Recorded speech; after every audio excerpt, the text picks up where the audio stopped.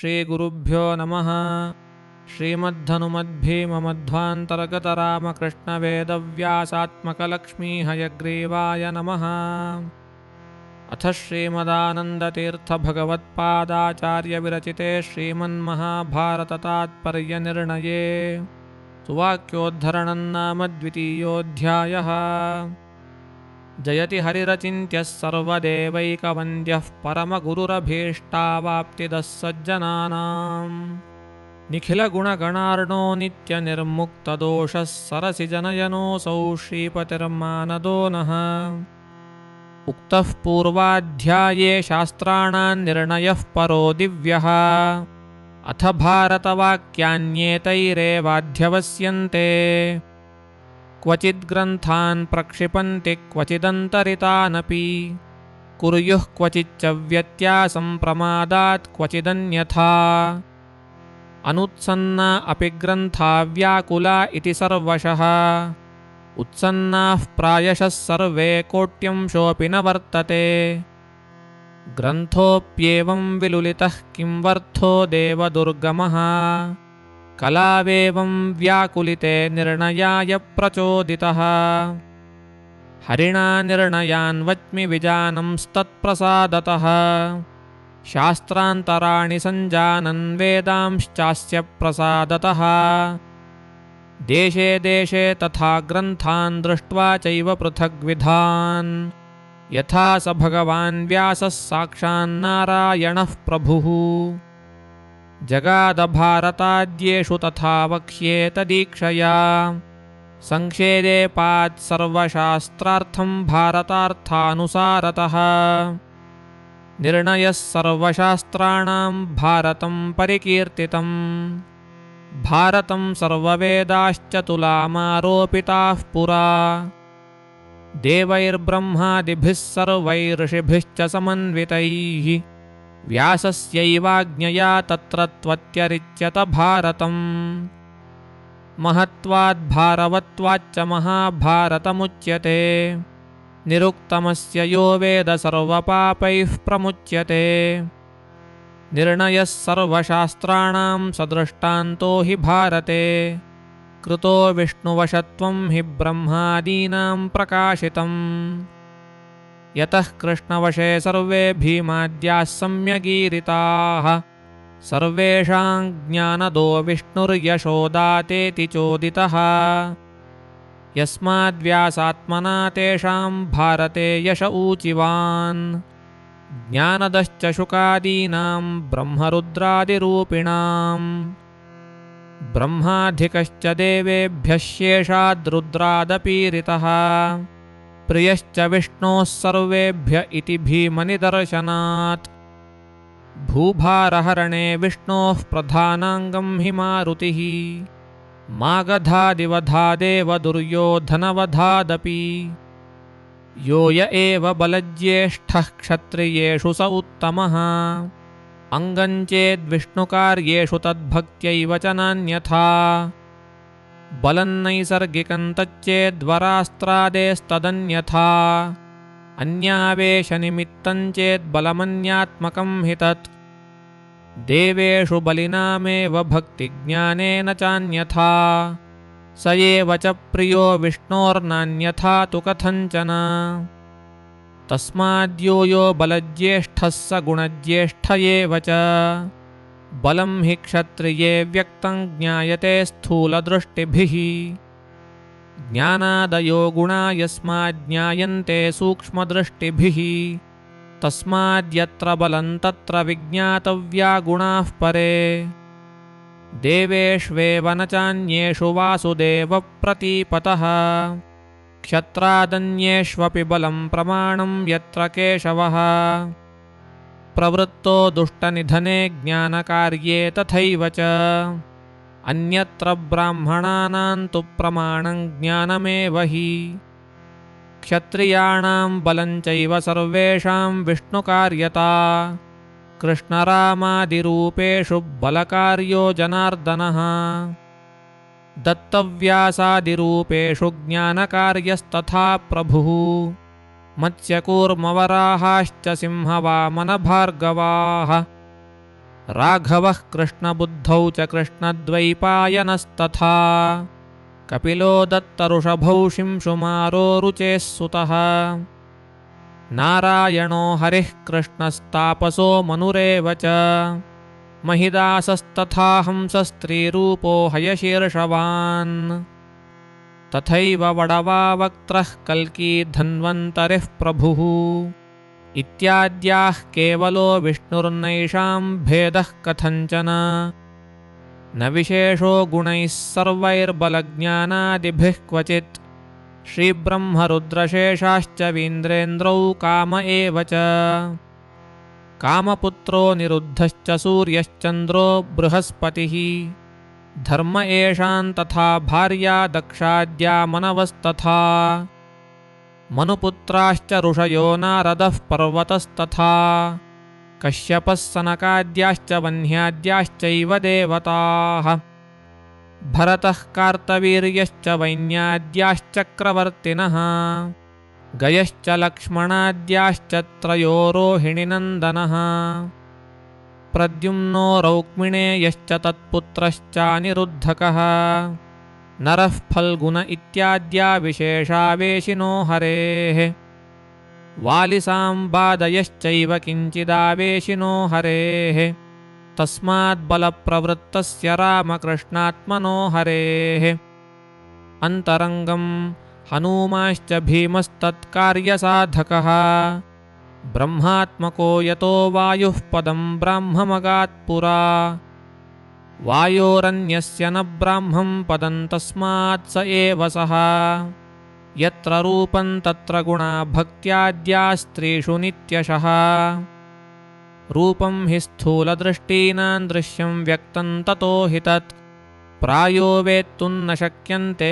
भक्त्याद्या स्त्रीषु यत्नतः यासां रूपं गुणास्तासां भक्त्याद्या इति निश्चयः तच्च नैसर्गिकं रूपं द्वात्रिंशल्लक्षणैर्युतं नालक्षणं वपुर्मात्रं गुणहेतुः कथञ्चन आसुरीणां वरादेस्तु वपुर्मात्रं भविष्यति न लक्षणान्यतस्तासान्नैव भक्तिः कथञ्चन तस्माद्रूपगुणोदारा जानकी रुक्मिणी तथा सत्यभामेत्यादिरूपा श्रीः सर्वपरमामता ततः पश्चाद्द्रौपदी च सर्वाभ्यो रूपतो वरा भूभारक्षपणे साक्षादङ्गं भीमवदीशितुः हन्ता च वैरहेतुश्च भीमः पापजनस्य तु द्रौपदी वैरहेतुः सा तस्माद्भीमादनन्तरा बलदेवस्ततः पश्चाच्च फल्गुनः नरावेशादन्यथा तु द्रौणिः पश्चात्ततो परे रामवज्जाम्बवत्याद्याः षट्ततो रेवती तथा लक्ष्मणो हनुमत्पश्चात्ततो भरतवालिनौ शत्रुघ्नश्च ततः पश्चात् सुग्रीवाद्यास्ततो वराः रामकार्यं तु यैः सम्यक् स्वयोग्यं न कृतं पुरा तैः पूरितं तु कृष्णाय बीभत्स्वाद्यैः समन्ततः अधिकं यैः कृतं तत्र तैरूनं कृतमत्र तु कर्णाद्यैरधिकं यैस्तु प्रादुर्भावद्वये कृतम् विविधाद्यैर्हितैः पश्चाद्विप्रतीपं कृतं हरेः प्रादुर्भावद्वये ह्यस्मिन् सर्वेषां निर्णयः कृतः नैतयोरकृतं किञ्चिच्छुभं वा यदि वा शुभम् अन्यत्र पूर्यते क्वापि तस्मादत्रैव निर्णयः पश्चात्तनत्वात् कृष्णस्य वैशेष्यात् तत्र निर्णयः प्रादुर्भावमिमं यस्माद् गृहीत्वा भारतं कृतम् उक्ता रामकथाप्यस्मिन् मार्कण्डेयसमाख्यया तस्माद्यद्भारतेनोक्तं तद्धि कुत्रचित् अत्रोक्तं सर्वशास्त्रेषु न हि सम्यगुदाहृतम् इत्यादिकथितं सर्वं ब्रह्माण्डे हरिणा स्वयं मार्कण्डेयेऽपि कथितं भारतस्य प्रशंसनम् देवतानां यथा व्यासो द्विपदां ब्राह्मणो वरः आयुधानां यथा वज्रमोषधीनां यथा यवाः तथैव सर्वशास्त्राणां महाभारतमुत्तमम् वायुप्रोक्तेऽपि तत्प्रोक्तं भारतस्य प्रशंसनम् कृष्णद्वैपायनं व्यासं विद्धि नारायणं प्रभुम् को ह्यन्यः पुण्डरीकाक्षान् महाभारतकृद्भवेत् एवं हि सर्वशास्त्रेषु पृथक् पृथगुदीरितम् तथा प्रदर्शयिष्यामस्तद्वाक्यैरेव सर्वशः नारायणं सुरगुरुं जगदेकनाथं भक्तप्रियं सकललोकनमस्कृतं च त्रैगुण्यवर्जितमजं विभुमाद्यमीशं वन्दे भवघ्नममरासुरसिद्धवन्द्यम् ज्ञानप्रदः स भगवान् कमलाविरिञ्चि शर्वादिपूर्वजगतो निखिलाद्वरिष्ठः भक्त्यैव तुष्यति हरिप्रवणत्वमेव सर्वस्य धर्म इति पूर्वविभागसंस्थः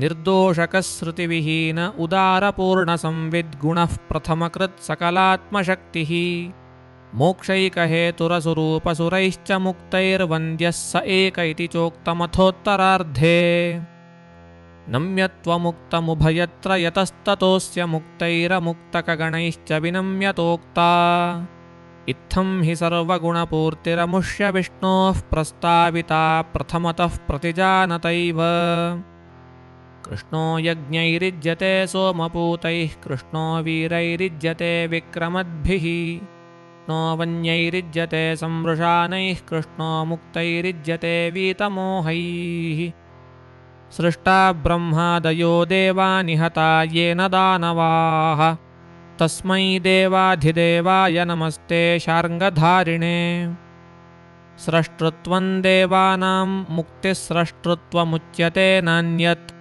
उत्पत्तिर्दैत्यानामपि यस्मात् संहिताविशेषोऽयम् अथ च दैत्यहतिस्तमसि स्थिरा नियतसंस्थितिरेव न चान्यथा तनुविभागकृतिः सकलेष्वियन्न हि विशेषकृतासुरदैत्यगा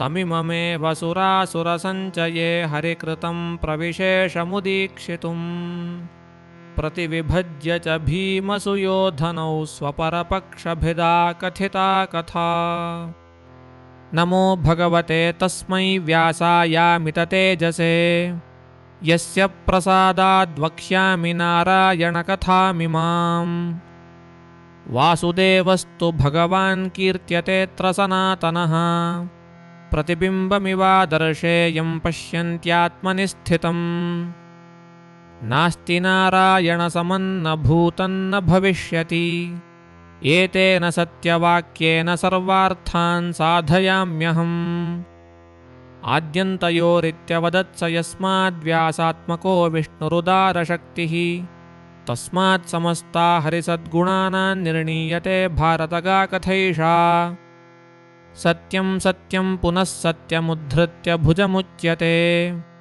वेदशास्त्रात् परं नास्ति न दैवं केशवात् परम् आलोड्य सर्वशास्त्राणि विचार्य च पुनः पुनः इदमेकं सुनिष्पन्नं ध्येयो नारायणः सदा स्मर्तव्यः सततं विष्णुर्विस्मर्तव्यो न जातु चेत् सर्वे विधिनिषेधाः स्युरेतयोरेव किङ्कराः को हितं वेदितुं शक्तो यो न स्यात् तद्विधोऽपरः तद्विधश्चापरो नास्ति तस्मात् तं वेद स स्वयम् को हितं वेदितुं शक्तो नारायणमनामयम् ऋते सत्यवती सूनोः कृष्णाद्वा देवकीसुतात् अप्रमेयो नियोज्यश्च स्वयं कामगमो वशी मोदत्येष सदा भूतैर्बालः क्रीडनकैरिव न प्रमातुं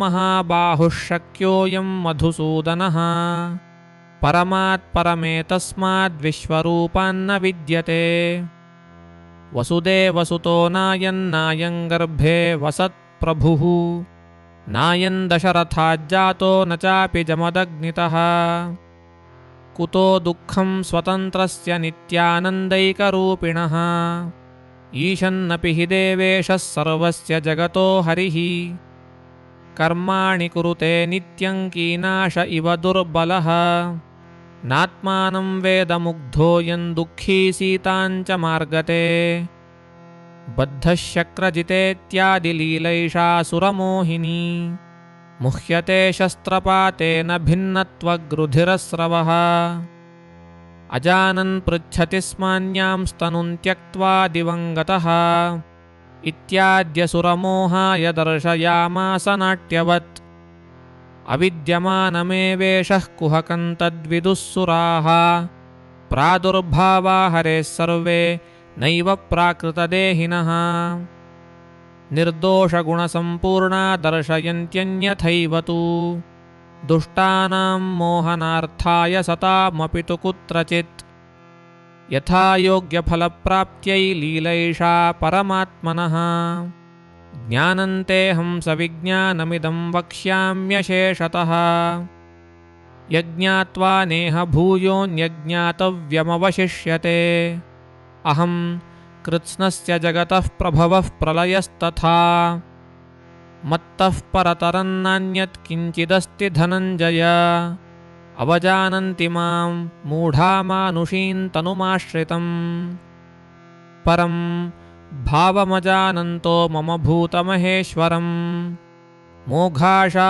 मोघकर्माणो मोघज्ञानाविचेतसः राक्षसीमासुरीं चैव प्रकृतिं मोहिनीं श्रिताः महात्मानस्तु मां पार्थदैवीं प्रकृतिमाश्रिताः भजन्त्यनन्यमनसो ज्ञात्वा भूतादिमव्ययम् पितासि लोकस्य चराचरस्य त्वमस्य पूज्यश्च गुरुर्गरीयान् न त्वत्समोऽस्त्यभ्यधिकः कुतोऽन्यो लोकत्रयेऽप्यप्रतिमप्रभाव परं भूयः प्रवक्ष्यामि ज्ञानानां ज्ञानमुत्तमम् यज्ञात्वा मुनयः सर्वे परां सिद्धिमितो गताः मम योनिर्महद्ब्रह्म तस्मिन् गर्भं दधाम्यहम् सम्भवः सर्वभूतानां ततो भवति भारत द्वाविमौ पुरुषौ लोके क्षरश्चाक्षर एव च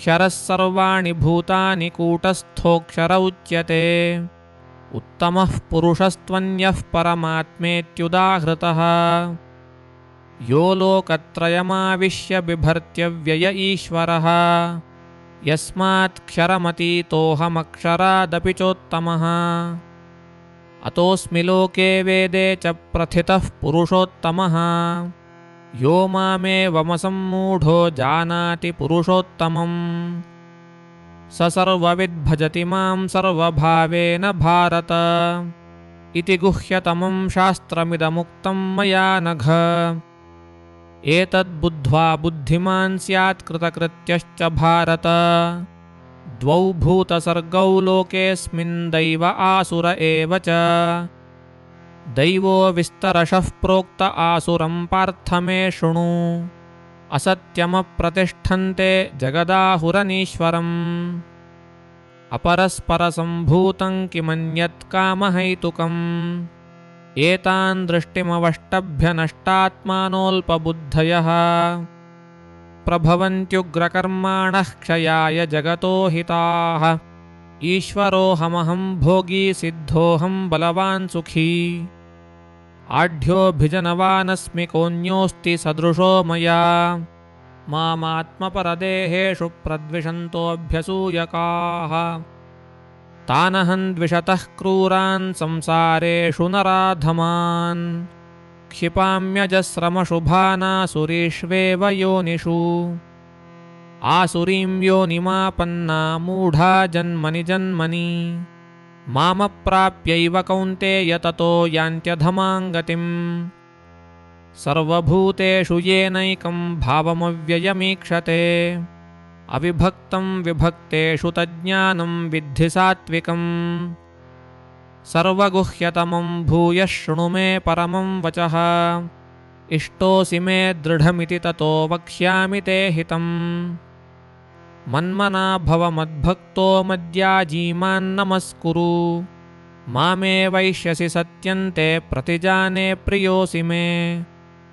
पञ्चरात्रस्य कृत्स्नस्य वक्ता नारायणः स्वयं। सर्वेष्वेतेषु राजेन्द्रज्ञानेष्वेतद्विशिष्यते। ज्ञानेष्वेतेषु राजेन्द्रसाङ्ख्यपाशुपतादिषु यथा योगं यथा न्यायन्निष्ठा नारायणः परः।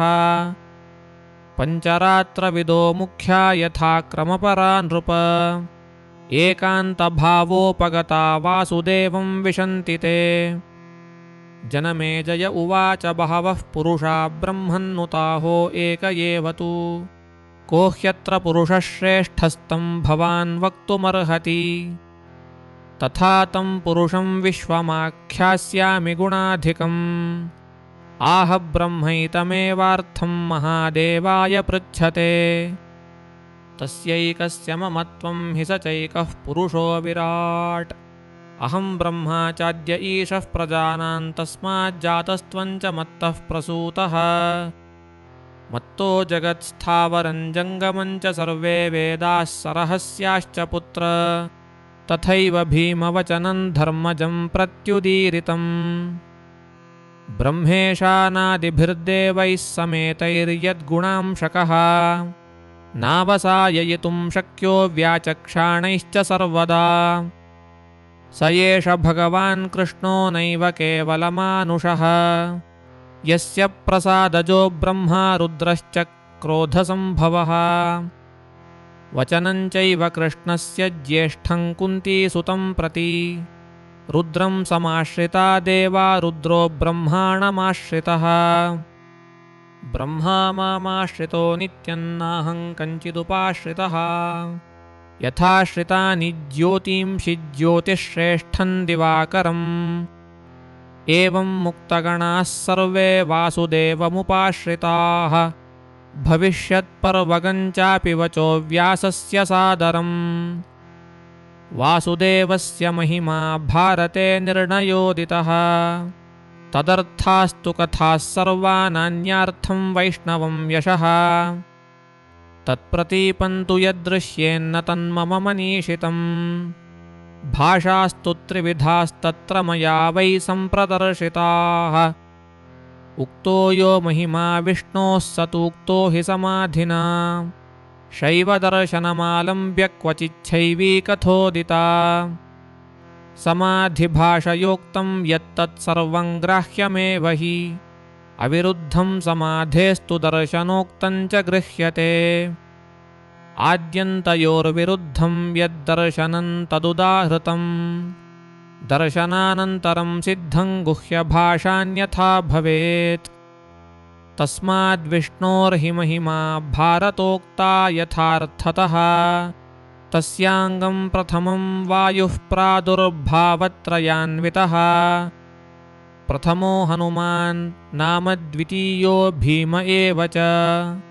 पूर्णप्रज्ञस्तृतीयस्तु भगवत्कार्यसाधकः। त्रेताद्येषु युगेष्वेव सम्भूतः केशवाज्ञया। एकैकशस्त्रिषु पृथग्द्वितीयाङ्गं सरस्वती। शंरूपे तुरतेर्वायौ श्रीरित्येव च कीर्त्यते। सैव च द्रौपदी नाम काली चन्द्रेति चोच्यते। तृतीयाङ्गं हरेः शेषः प्रादुर्भावसमन्वितः। प्रादुर्भावा नरश्चैव लक्ष्मणो बल एव च। रुद्रात्मकत्वाच्छेषस्य शुको द्रौणिश्च तत्तनु। इन्द्रो नरांशसम्पत्त्या पार्थोऽपीषत्तदात्मकः। प्रद्युम्नाद्यास्ततो विष्णोरङ्गभूताः क्रमेण तु। चरितं वैष्णवानां तु विष्णुद्रेकाय कथ्यते। तथा भागवतेऽप्युक्तं हनूमद्वचनं परम्। मर्त्यावतारस्त्विह मर्त्यशिक्षणं रक्षोवधायैव न केवलं विभोः। कुतोऽस्य हि स्युरमतस्व आत्मन् सीताकृतानि व्यसनानीश्वरस्य। न वै स आत्मात्मवतामधीश्वरो भुङ्क्ते हि दुःखं भगवान् वासुदेवः। न स्त्रीकृतं कश्मलमश्नुवीत न लक्ष्मणं चापि जहाति कर्हिचित्। यत्पादपङ्कजपरागनिषेवकाणां दुःखानि सर्वाणि लयं प्रयान्ति। स ब्रह्मवन्द्यचरणो जनमोहनाय स्त्रीसङ्गिनामिति रतिं प्रथयंश्चचार। क्वचिच्छिवं क्वचिदृषीन् क्वचिद्देवान् क्वचिन्नरान् नमत्यर्चयति स्तौति वरानर्थयतेऽपि च। लिङ्गं प्रतिष्ठापयति वृणोत्यसुरतो वरान्। सर्वेश्वरः स्वतन्त्रोऽपि सर्वशक्तिश्च सर्वदा सर्वज्ञोऽपि विमोहाय जनानां पुरुषोत्तमः। तस्माद्यो महिमा विष्णोः सर्वशास्त्रोदितः स हि नान्यदित्येष शास्त्राणां निर्णयः समुदाहृतः। भारतार्थस्त्रिधा प्रोक्तः स्वयं भगवतैव हि मन्वादि केचिद्ब्रुवते ह्यास्तिकादि तथा परे। तथोपरिचराद्यन्ये भारतं परिचक्षते स कृष्णान् पाण्डवान् गृह्य योऽयमर्थः प्रवर्तते। प्रातिलोम्यादिवैचित्र्यात्तमास्तीकं प्रचक्षते धर्मो भक्त्यादिदशकः श्रुतादिः शीलवैनयौ। स ब्रह्मकास्तु ते यत्र मन्वादिन्तं विदुर्बुधाः नारायणस्य नामानि सर्वाणि वचनानि तु तत्सामर्थ्याभिधायीनि तमौ परिचरं विदुः। भक्तिर्ज्ञानं सवैराग्यं प्रज्ञा मेधा धृतिस्थितिः योगः प्राणो बलं चैव वृकोदर इति स्मृतः। एतद्दशात्मको वायुस्तस्माद् भीमस्तदात्मकः सर्वविद्या द्रौपदी तु यस्मात् सैव सरस्वती। अज्ञानादिस्वरूपस्तु कलिर्दुर्योधनस्मृतः विपरीतं तु यज्ञानं दुःशासन इतीरितः। नास्तिक्यं शकुनिर्नाम सर्वदोषात्मकाः परे। धार्तराष्ट्रास्त्वहङ्कारो द्रौणी रुद्रात्मको यतः द्रोणाद्या इन्द्रियाण्येव पापान्यन्ये तु सैनिकाः। पाण्डवेयास्तु पुण्यानि तेषां विष्णुर्नियामकः। एवमध्यात्मनिष्ठं हि भारतं सर्वमुच्यते। दुर्विज्ञेयमतः सर्वैर्भारतं तु सुरैरपि स्वयं व्यासो हि तद्वेद ब्रह्मा वा तत्प्रसादतः। तथापि विष्णुपरता भारते सारसङ्ग्रहः इत्यादिव्यासवाक्यैस्तु विष्णूत्कर्षोऽवगम्यते। वाय्वादीनां क्रमश्चैव तद्वाक्यैरेव चिन्त्यते। वायुर्हि ब्रह्मतामेति तस्माद् ब्रह्मैव स स्मृतः। न ब्रह्मसदृशः कश्चिच्छिवादिषु कथञ्चन। ज्ञाने विरागे हरिभक्तिभावे धृतिस्थितिप्राणबलेषु योगे। बुद्धौ च नान्यो हनुमत्समानः पुमान् कदाचित् क्व च कश्चनैव। बलित्था तद्वपुषे धायि दर्शतं देवस्य भर्गः सहसो यतो जनी। यदीमुपह्वरते साधते मतिर्तस्य धेना अनयन्तसश्रुतः। पृक्षो वपुः पितुमान्नित्य आशये द्वितीयमासप्तशिवासु मातृषु। तृतीयमस्य वृषभस्य दोहसे दश प्रमतिं जनयन्त योषणः।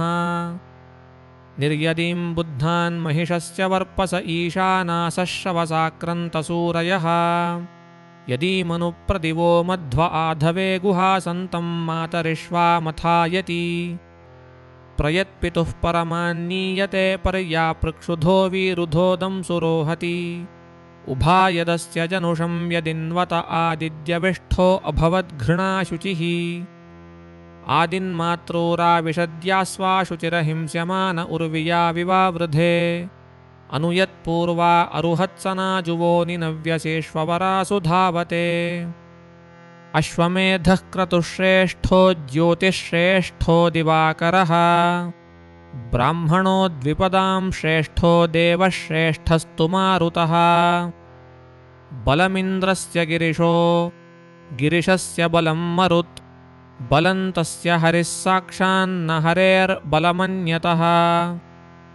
वायुर्भीमो भीमनादो महौजाः सर्वेषां च प्राणिनां प्राणभूतः अनावृत्तिर्देहिनां देहपाते तस्माद्वायुर्देवदेवो विशिष्टः तत्त्वज्ञाने विष्णुभक्तौ धैर्ये स्थैर्ये पराक्रमे वेगे च लाघवे चैव प्रलापस्य च वर्जने भीमसेनसमो नास्ति सेनयोरुभयोरपि पाण्डित्ये च पटुत्वे च शूरत्वे च बलेऽपि च तथा युधिष्ठिरेणैव भीमं प्रतिसमीरितम् धर्मश्चार्थश्च कामश्च मोक्षश्चैव यशो ध्रुवम् त्वय्यायत्तमिदं सर्वं सर्वलोकस्य भारत विराटपर्वगञ्चापि वचो दुर्योधनस्य हि वीराणां शस्त्रविदुषां कृतीनां तत्त्वनिर्णये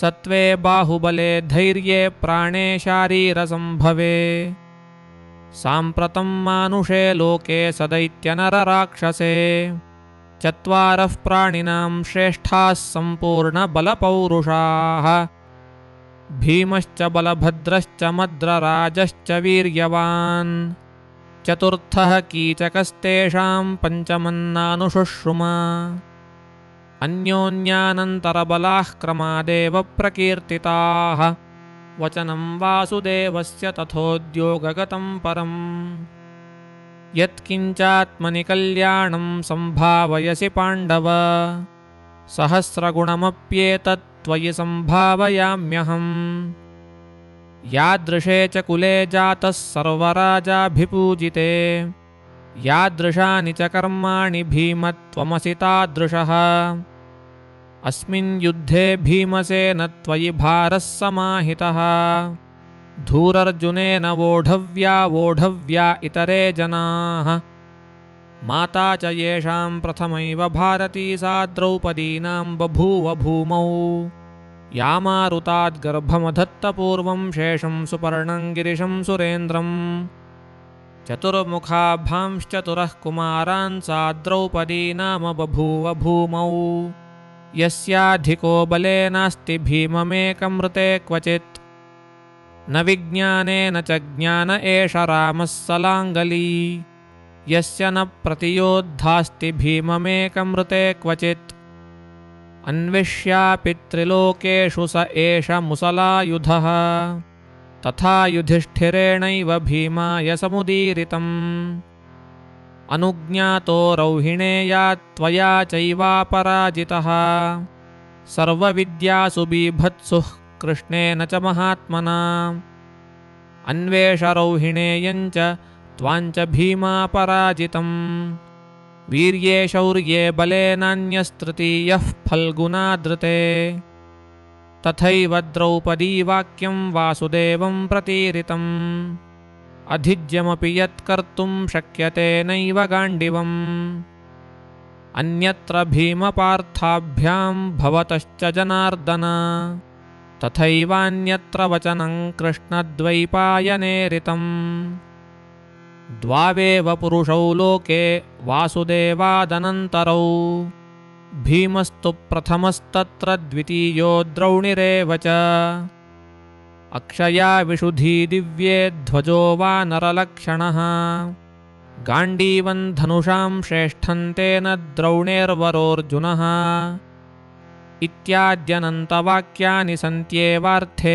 विवक्षिते कानिचिद्दर्शितान्यत्र दिङ्मात्रप्रतिपत्तये तस्मादुक्तक्रमेणैव पुरुषोत्तमता हरेः अनौपचारिकी सिद्धा ब्रह्मता च विनिर्णयात् पूर्णप्रज्ञकृतेयं संक्षेपादुद्धृतिः सुवाक्यानाम् श्रीमद्भारतगानां विष्णोः पूर्णत्वनिर्णयायैव सप्रीयतां परतमः परमादनन्तः सन्तारकः सततसंसृतिदुस्तरार्णात् यत्पादपद्ममकरन्दजुषो हि पार्थाः स्वाराज्यमापुरुभयत्र सदा विनोदात् इति श्रीमदानन्दतीर्थभगवत्पादाचार्यविरचिते श्रीमन्महाभारततात्पर्यनिर्णये सुवाक्योद्धरणं नाम द्वितीयोऽध्यायः।